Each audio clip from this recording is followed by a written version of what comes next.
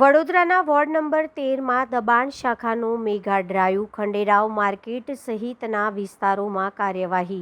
વડોદરા શહેરના ward number 13 વિસ્તારમાં વડોદરા મહાનગરપાલિકાની દબાણ શાખા દ્વારા ગેરકાયદેસર દબાણો દૂર કરવાની વ્યાપક કાર્યવાહી હાથ ધરવામાં આવી છે.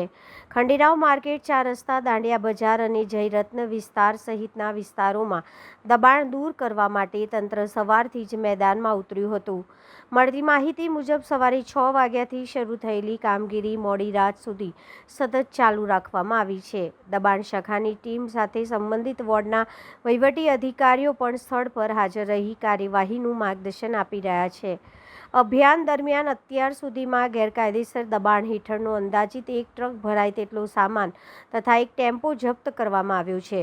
રસ્તાઓ અને જાહેર સ્થળો પરથી દબાણ દૂર થતાં વાહન વ્યવહાર અને રાહદારીઓની અવરજવરમાં સરળતા આવે તે હેતુથી આ કાર્યવાહી કરવામાં આવી રહી છે. મહાનગરપાલિકાના અધિકારીઓએ જણાવ્યું છે કે જાહેર માર્ગો અને ફૂટપાથ પર ગેરકાયદેસર દબાણ કરનારાઓ સામે આવી કાર્યવાહી આગામી દિવસોમાં પણ ચાલુ રહેશે અને નિયમોનું ઉલ્લંઘન કરનારાઓ સામે જરૂરી કાયદેસરની કાર્યવાહી કરવામાં આવશે.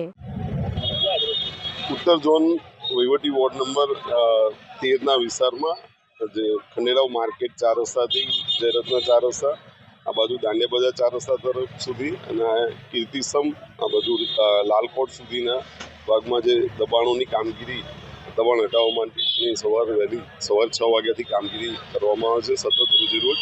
અને એ કામગીરીના ભાગરૂપે આજરોજ અમે assistant commissioner Shri, ward officer Shri પણ જાતે હાજર રહીને કામગીરી કરવામાં આવી રહી છે.